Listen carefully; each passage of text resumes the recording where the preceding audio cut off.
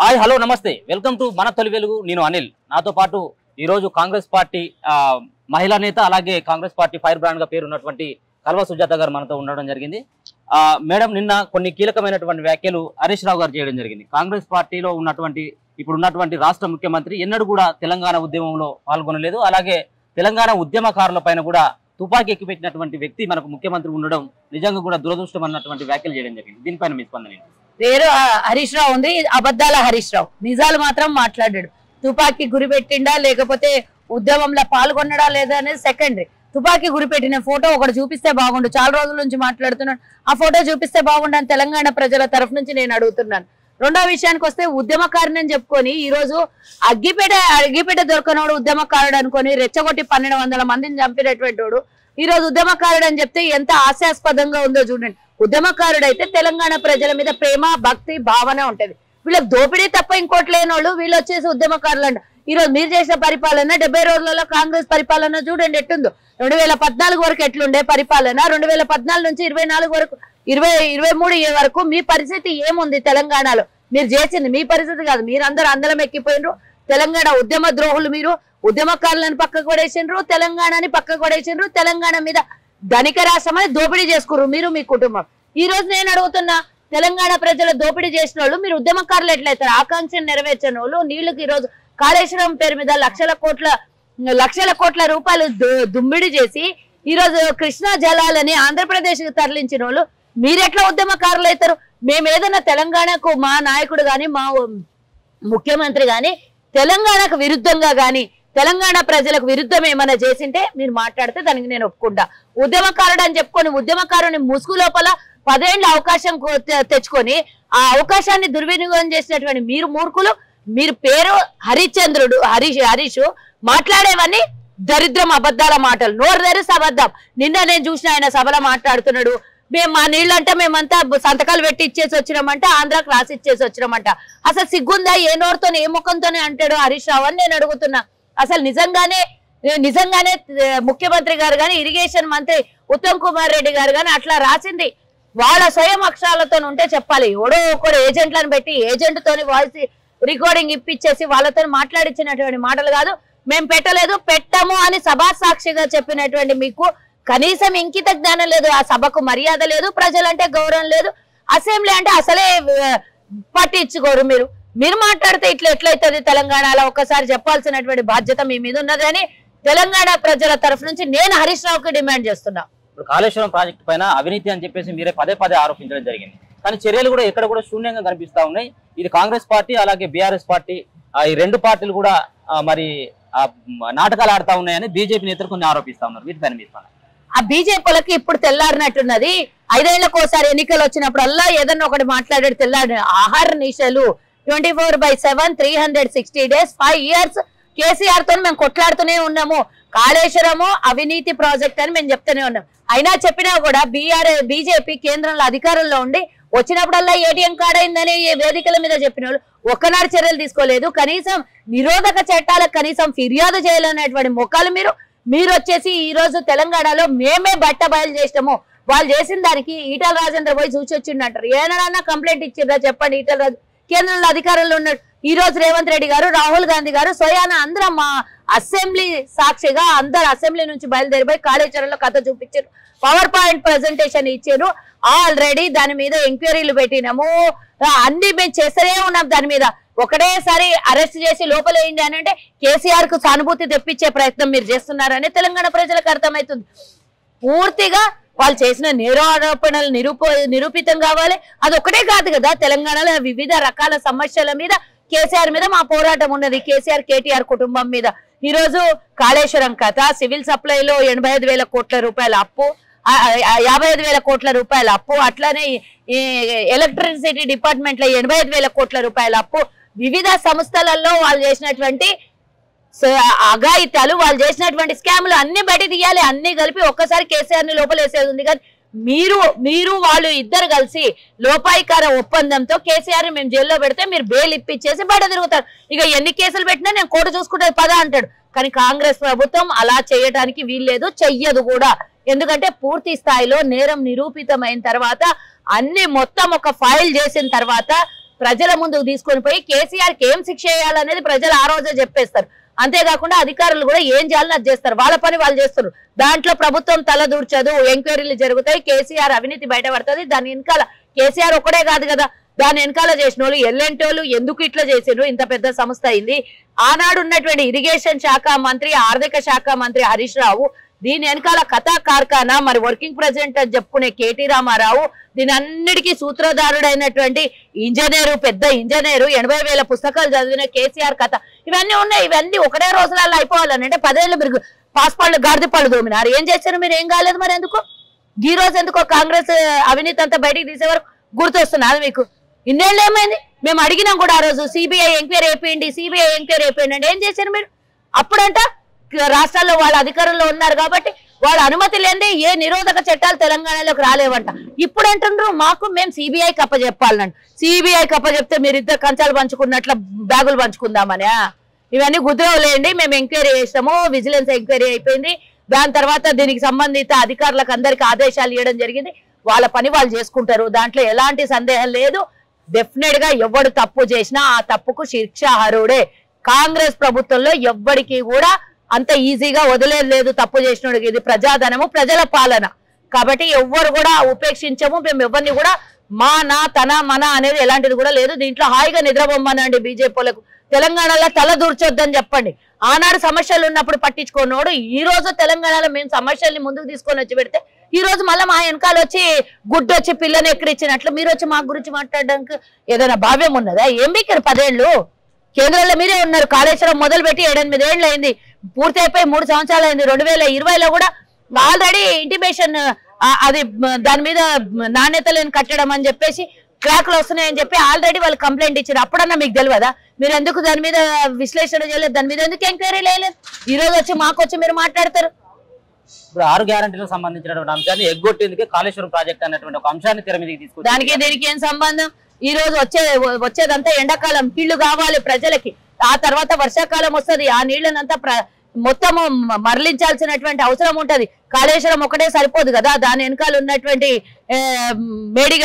మేడిగడ్డ నుంచి అన్నారం నుంచి సుందిళ్ళ, ఈ మూడు ప్రాజెక్టులు కూడా కథం చేసినటువంటి ప్రాజెక్టులు. దీన్ని ఈ విధంగానే వదిలేస్తే ఇప్పుడు నీళ్ళు ఇడు అంటున్నాడు హరీష్ రావు. ఇడిస్తే మొత్తం కుప్పగూలిపోతుంది. కుప్పగూలిపోతే ఎవరి బాధ్యత? అక్కడ ఉన్నటువంటి లోతట్టు ప్రాంతాలలో కానీ దగ్గర ఉన్నటువంటి కుటుంబీకులకు, అక్కడ నివాసం ఉంటున్నటువంటి ప్రజానీకానికి నీదేం సొమ్ము పోయింది? ఆనాడు 1200 మందిని చంపినా ఈ రోజు మళ్ళా నీళ్ళు ఇడిస్తే 100 కుటుంబాలని నీళ్ళలో కలపాలని చూస్తున్నావా?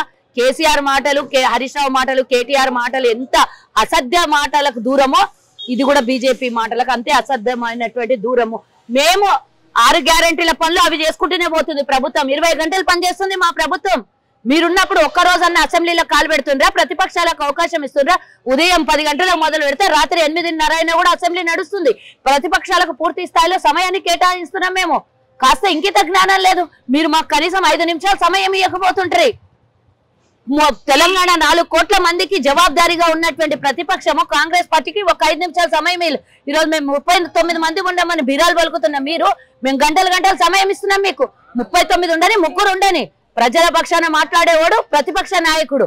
మేము ప్రజల సమస్యలు మాట్లాడదామనంటే మాకు సమయం ఇవ్వలేదు. మీకు ఈ రోజు రెండో అసెంబ్లీలో ఈ రోజు ఎన్ని గంటలు మీరు సమయం తీసుకున్నారు? ఒకసారి రికార్డులు చూడండి. అసెంబ్లీలో మీకు మాట్లాడడానికి కాంగ్రెస్ పార్టీ ఇంత అవకాశం ఇచ్చింది.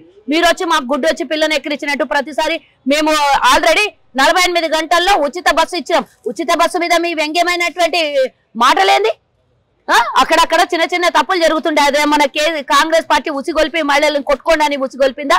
లేకపోతే మీలాగా ఆటో డ్రైవర్లను ఉసిగొల్పి ఆటో కార్మికులను అంతా ధర్నా చేద్దామని తీసుకొని వచ్చినట్ల అనుకుంటుందా? కాంగ్రెస్ ప్రజలకు పనిచేస్తుంది. కాంగ్రెస్ మహిళల పక్షాన, పేదల పక్షాన సంక్షేమ పథకాలు తీసుకొని వచ్చింది, అవి అమలు పరుస్తుంది. 48 గంటల్లో 2 సంక్షేమ పథకాలు అమలైనాయి. ఇంకా 2 సంక్షేమ పథకాలు రేపో మాపో అయితే. మేము 100 రోజులు సమయం అడిగినాం. ప్రజలకు మేము జవాబుదారీ. మీకెందుకు టెన్షన్? మీకెందుకు? మా ప్రభుత్వం కూలిపోవాలి, మా ప్రభుత్వం మీద చివాట్లు పెట్టాలి, మా ప్రభుత్వం మీద ఆరిపోసుకోవాలి, ఇది దీనికోసమే కదా. నిజంగా మీకు చిత్తశుద్ధి ప్రజల మీద ఉంటే ఆ రోజే కదా మీరు 10 ఏళ్లలో తెలంగాణ వచ్చిన తర్వాత ధనిక రాష్ట్రం మీ చేతిలో పెడితే ఈరోజు అప్లపాలేట చేస్తుంటారు మీరు. మీకు నిజమైన చిత్తశుద్ధి ప్రజల మీద ఉంటే మా తెలంగాణ నీళ్లు 58-68% వాటా ఉన్నటువంటి కృష్ణా జలాలు ఆంధ్రాకి ఎట్లా అప్పచెప్తుంటారు మీరు? భయం భక్తి లేనివి శాతాలు ఎక్కువైపోయినాయి. ఊకున్న కొద్దీ తమాషాలు ఎక్కువ అవుతున్నది. ఇప్పుడు దేశంలో రానున్నటువంటి పార్లమెంట్ ఎన్నికల్లో కాంగ్రెస్ పార్టీ దేశవ్యాప్తంగా 50 నుంచి 60 సీట్ల మాత్రమే పరిమితం అయిపోతా ఉంటుంది. తెలంగాణలో అసలు ఒక్క పార్లమెంట్ స్థానాన్ని కూడా గెలుచుకోదని చెప్పేసి నిన్న ఇదే హరీష్ రావు మాట్లాడడం జరిగింది. అంటే అర్థమైంది కదా వాళ్ళ దోస్తాని ఎవరికి రావాలని ఉన్నది, ఇప్పుడు వాళ్ళకు బీజేపీకి అంటగడదామని ఉన్నదా? గిండ్లనే ఇక మీడియా గానీ తెలంగాణ ప్రజలు గానీ అర్థం చేసుకోవాలి. మేము 50 వస్తాం, మా కేంద్రంలో అధికారంలోకి వస్తాం. అసలు నీకు గిన్నె బొచ్చు లేదు, నీకు గడపోయి ఏం బిక్తావు నువ్వు? ఎంటికెళ్ళి జుట్టు లేని బొచ్చుకి ఏం బిక్తావు? ఇక్కడ గుండు ఉన్నది, ఆడ బొచ్చు లేదు, ఏం చేస్తావు నువ్వు? మా గురించి మాట్లాడు. మాకు 1 వస్తుందా 2 వస్తుందా? అసలు ఫస్ట్ నీకు అరాకొర్రా అన్న వస్తుందో లేదో చూసుకో. ఇక్కడ తెలంగాణ అలా ఇంకా సీట్లు కేటాయిస్తామని అంటే మీ వాళ్ళు అందరు పార్లమెంట్ సభ్యులు నేను పోటీ చేయండి. మాకేమో ఒక్కొక్క జగలో ఇప్పటికే 306 మంది ఎంతో మందో 300 పై చిలుకు మాకు అప్లికేషన్లు పడ్డాయి. నేను పోటీ చేస్తాను. మీకు ఎవరు దిక్కే లేడు పోటీ చేయడానికి. మీరు వచ్చేసి కాంగ్రెస్ గురించి మాట్లాడితే ఎట్లయితుంది? అది అసలు కరెక్టా అని అంటున్నా నేను. ప్రతిపక్షంలో మీకు హోదా కల్పించారు, 5 ఏళ్లు సమయం ఉంది కొట్లాడడానికి, అడగడానికి, మాకు మీరు సూచనలు సలహాలు ఇవ్వడానికి. ఈ రోజే మొదటి రోజు నుంచే మోక్షం లేదన్నట్ల మొదటి రోజు నుంచే మొదలు పెట్టిండ్రు. ప్రభుత్వం కూలిపోతుందని ఒకడు అంటాడు, సంక్షేమ పథకాలు 420 అని ఒకడు అంటాడు, ఉద్యమంలో పాల్గొనటువంటి ముఖ్యమంత్రి అయిండు అని అంటాడు. నువ్వే ఉద్యమంలో పాల్గొన్నావు అంతెందుకయ్యా? ఈ రోజు ఈయన పేరేంది, ఆలుగడ్డల సీను, ఈడెవడు ఖైరతాబాద్ ఎమ్మెల్యే, వీళ్ళందరూ ఏమన్నా ఉద్యమంలో పాల్గొన్నారా? ఓని టీఆర్ఎస్ లో పనిచేసిన వాళ్ళకందరికి నువ్వు పదవులు వేయలే, మంత్రి పదవులు వేయలే. మంత్రికి ముఖ్యమంత్రికి కొంచెం తేడా ఉంటది. మరి నువ్వు ఎట్లిచ్చినావు ఉద్యమకారులు గానోనికి? అట్లా అంటే కేసీఆర్ అన్నాడు అందరు ఉద్యమకారులే ఉండాలనా అని అంట. కానీ నీలాగా ఉద్యమం పేరు చెప్పుకొని తెలంగాణనైతే దోపిడీ చేసిన కాంగ్రెస్ గాని రేవంత్ రెడ్డి గాని కాదు కదా. మేము తెలంగాణ ఇచ్చినాం, మాకు తెలుసు తెలంగాణ అస్తిత్వాన్ని కాపాడడం, మాకు తెలుసు తెలంగాణ ప్రజల్ని ఏ విధంగా కాపాడడం. 138 ఏళ్ల చరిత్ర ఉన్నది. మీకు 17,000 కోట్ల రూపాయలు మిగులు బడ్జెట్ ఇచ్చినాం. ఈ రోజు 7 లక్షల కోట్ల అప్పు చేశారు. మీరు వచ్చిన ప్రభుత్వానికి చిప్ప చేతికిచ్చారు. తెలంగాణ ప్రజల్ని దోపిడీ చేశారు. మీరు ఉద్యమకారులు అని చెప్పుకుంటారేంటి? నిన్న ఇదే బీజేపీకి సంబంధించినటువంటి మాజీ ఎమ్మెల్యే ఎన్వీఎస్ ప్రభాకర్ ఒక కామెంట్ చేయడం జరిగింది. ఎవరైతే తెలంగాణ కాంగ్రెస్ పార్టీ ఇన్ఛార్జ్ గా ఉన్నటువంటి దీపాదాస్ పైన, ఆమె ఇప్పటి నుంచే పార్లమెంట్ టికెట్లను అమ్ముకుంటా ఉంది, దానికోసం ఒకరు మెర్సిడెజ్ బెంజ్ కారును కూడా ఆమె గిఫ్ట్ గా ఇవ్వడం జరిగింది అని చెప్పేసి నిన్న కొన్ని వ్యాఖ్యలు చేయడం జరిగింది ఎన్వీఎస్ ప్రభాకర్ గారు. ఇప్పుడు బీఆర్ఎస్ బీజేపీలను అడగాలి మాట.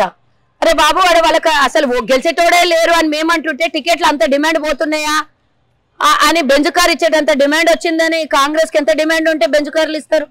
కానీ సిగ్గు ఎగ్గు లేనటువంటి ఎంవీఎస్ ప్రభాకర్ ని నేను అడుగుతున్నా.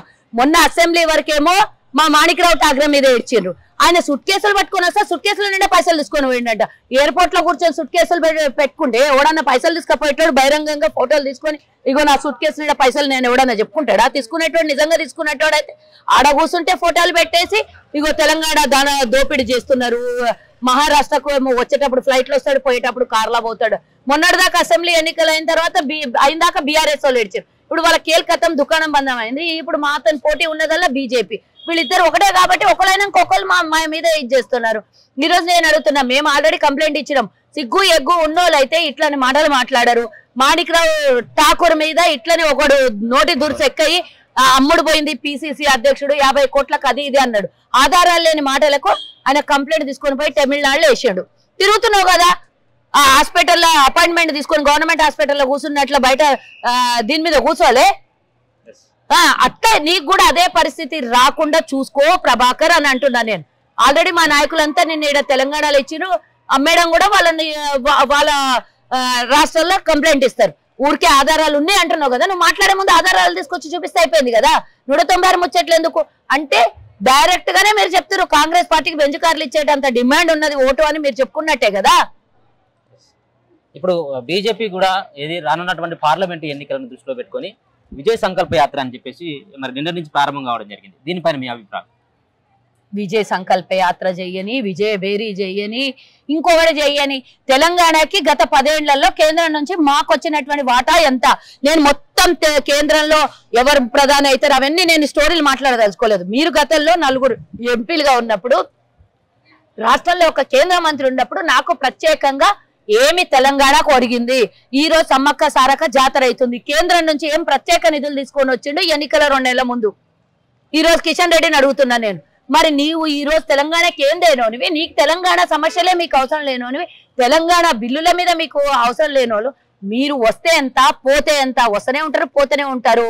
వీళ్ళకి ఎవడడ్డం అడుపు నరం లేని నాలుక ఎన్నైనా మాట్లాడుతుంది. తెలంగాణ గురించి మీ పాత్ర ఎంత? తెలంగాణలో మీ ఉద్దేశం ఏంది? మీరు సౌత్ రాష్ట్రాలని సౌత్ తల్లి ప్రేమ చూపించేసి మీరు ఎక్కడైతే పరిపాలన చేస్తారో, మొన్న బడ్జెట్ ప్రవేశపెడితే బడ్జెట్ కానీ జిఎస్టీలో పైసలు ఇవ్వాల్సి వస్తే తెలంగాణకు 15% వాటా, కర్ణాటకకి 7% వాటా ఇస్తారా జిఎస్టీలో? అదే మీ ఉత్తరప్రదేశ్ కి 700% ఇస్తారా? మీరు గీడున్న ఎంపీలకు అడుగుతున్నా నేను, మా వాటా కనీసం 50% కూడా మా వాటా రానటువంటి అడగనటువంటి మీరు ఈ రోజు తెలంగాణలో ఓటు అడిగే హక్కు మీకు లేదు, తెలంగాణలో మాట్లాడే హక్కు మీకు లేదు, తెలంగాణలో తిరిగే హక్కు కూడా మీకు లేదు. నలుగురు మాజీ ఎంపీలకు అంటున్నా నేను, ఇప్పుడు కాబోయే మాజీ ఎంపీలకి. రానున్నటువంటి పార్లమెంట్ ఎన్నికల్లో కాంగ్రెస్ పార్టీ ఎన్ని సీట్లు గెలుచుకోబోతుంది? అదిగానే మా టార్గెట్. Why not 15? పక్కా 12 రాసి పెట్టుకోండి.